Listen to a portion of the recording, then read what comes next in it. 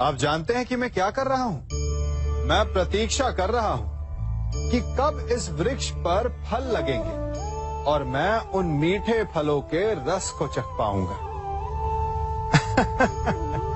हंसी आ गई ना आपको?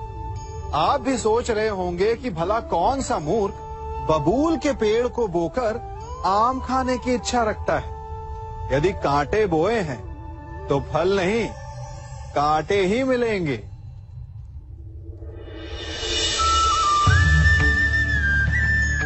देखा, रक्त बह गया। ठीक ऐसा ही हमारे कर्मों के साथ होता है। हमारे बुरे कर्मों का फल कभी शुभ नहीं हो सकता। जो हाथ अस्मिता लूटने को आगे बढ़ेंगे, उन हाथों को कटना होगा।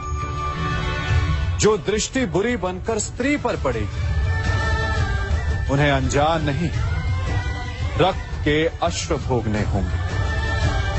जिसने अपने जीवन में छल किया, उसे अपने ही छल के भार तले दब कर मिट जाना होगा। समय रहते जिसकी आंखें नहीं खुली, समय उसकी आंखें बंद कर देता है। इन भिन्न भिन्न प्रकार के पात्रों को देख रहे हैं आप? क्या आप बता सकते हैं कि इन पात्रों में क्या रखा है?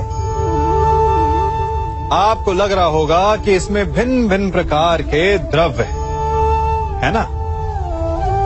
परंतु ऐसा नहीं है। इन सभी में एक ही जल है। देखिए,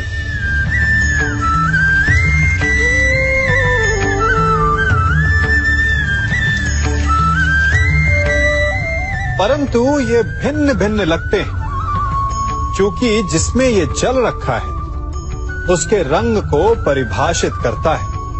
अब यूं समझिए कि इस पात्र में रखा जल हम हैं और ये पात्र वो संगति है जिसमें हम रहते हैं। हमारी संगति के गुण धर्म हमें, हमारे व्यक्तित्व को, हमारे संप्रेषण को बहुत प्रभावित करते हैं। इसलिए अपनी संगति पर जिनके साथ रह रहे हैं उन्हें चुनने में सावधानी बरतें, क्योंकि जल को अपना पात्र चुनने का अधिकार नहीं, किंतु हमें अपनी संगति चुनने का अधिकार अवश्य है। हम सभी के जीवन के लिए मित्रता बड़ी महत्वपूर्ण है। हम सभी अपने जीवन में अपने अपने मित्र चुनते हैं। मित्र वो होता है जिसके साथ रहने में, जिसके साथ समय बिताने में आनंद मिले। किंतु क्या मित्रता का अर्थ केवल इतना ही है? मित्रता होनी चाहिए जल और दूध की भांति।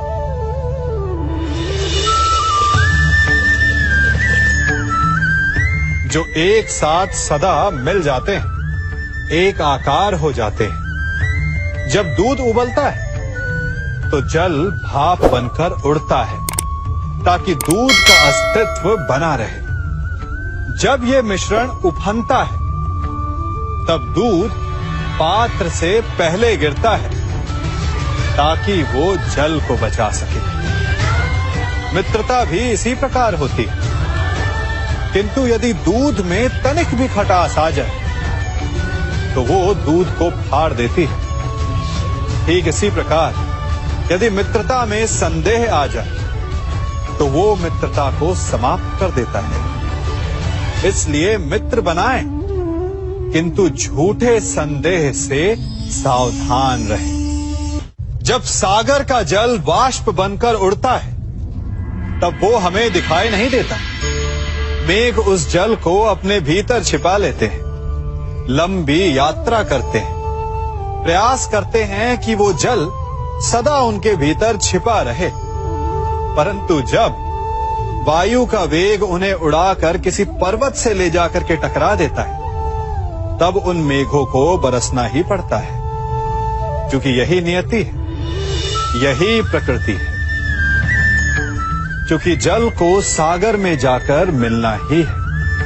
ठीक ऐसा ही हमारे साथ भी होता है। हम सत्य अपने मन के मेघों में चाहे जितना छिपाने का प्रयास कर ले, परंतु समय की आंधी उसे वास्तविकता के पर्वत से ले जाकर के टकराकर हमारे समक्ष ले ही आती है। जिस भय के कारण आप सत्य को सामने नहीं लेकर आना चाहते, एक दिन वही भय हमारे समक्ष आकर खड़ा हो जाता है और फिर हम लाचार हो जाते हैं, क्योंकि हमने उस भय का सामना करने की तैयारी नहीं की होती।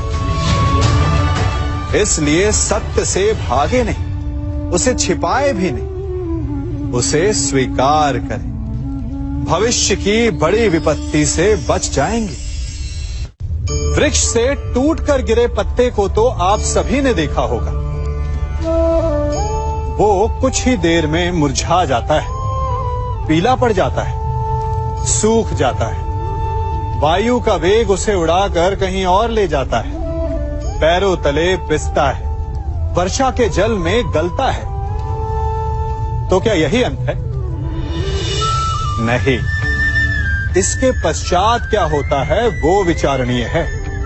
एक पत्ता गलकर, सूखकर, पिसकर उसके अवशेष धरती में रिसते हैं और खाद बनते हैं, और उसके पश्चात वो खाद पेड़ की जड़ों में जाकर मिल जाता है और नव जीवन देता है एक और नए पत्ते को। अर्थात कहीं भी, कभी भी, कुछ भी ना अयोग्य होता है, ना बेकार होता है।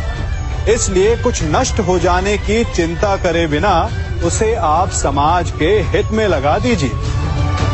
विश्वास कीजिए, वो वस्तु, वो प्रयास कभी नष्ट नहीं होगा। कंकड़ों से बचने के लिए हम पदवेश पहनते हैं, भिन्न प्रकार के जूते पहनते हैं, और अच्छे जूते पहनकर कांटों के मार्ग पर चलना सरल हो जाता है। परंतु जब ये कंकड़, जब ये कांटे हमारे जूतों में होते हैं तो सरल मार्ग पर चलना भी कठिन हो जाता है। ठीक इसी प्रकार ये कंकड़, ये कांटे हमारे मन में होते हैं। ये कंकड़, ये कांटे होते हैं हमारा अतीत, जिसके भय के कारण हम उसे वर्तमान में स्वीकारना नहीं चाहते। कदाचित इसीलिए हमारे अतीत को भूत कहा गया है, क्योंकि एक भूत की भांति हमारा अतीत हमारा पीछा नहीं छोड़ता। इसलिए अपने अतीत के भयावह घटनाओं से भागे नहीं, उसे स्वीकारें। विश्वास कीजिए, आपका जीवन सरल हो जाएगा।